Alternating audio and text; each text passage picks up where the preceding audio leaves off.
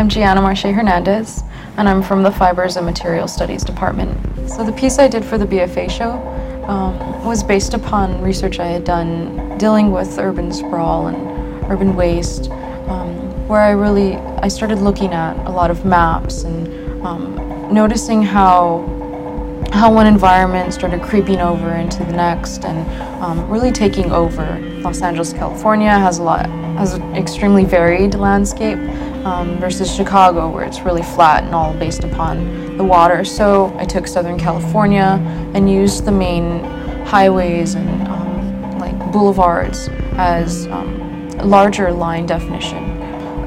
That piece was based upon those two environments and comparing and contrasting the way urban sprawl occurred in both of the landscapes. The way I placed it on the wall and sprawling onto the floor, it's the idea of one taking over the other,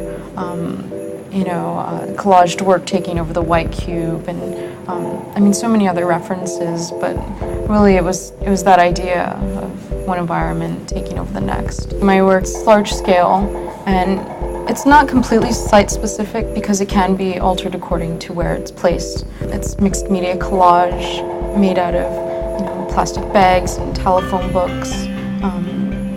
I've done work with styrofoam, and all of these things are materials I've collected from my neighborhood through my personal means of consumeristic consumption. I went forward and I started researching urbanization and metropolitan environments and being in one as well.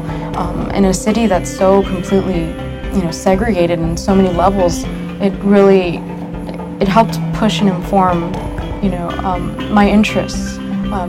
Because I've always been interested in community and community development and underprivileged communities and, how to try and better those environments as well. And so, while working, all of these things were in the back of my mind to try and separate my background with my interests and the materials, and it was impossible to try and do that, and it progressed into what I do now, I guess.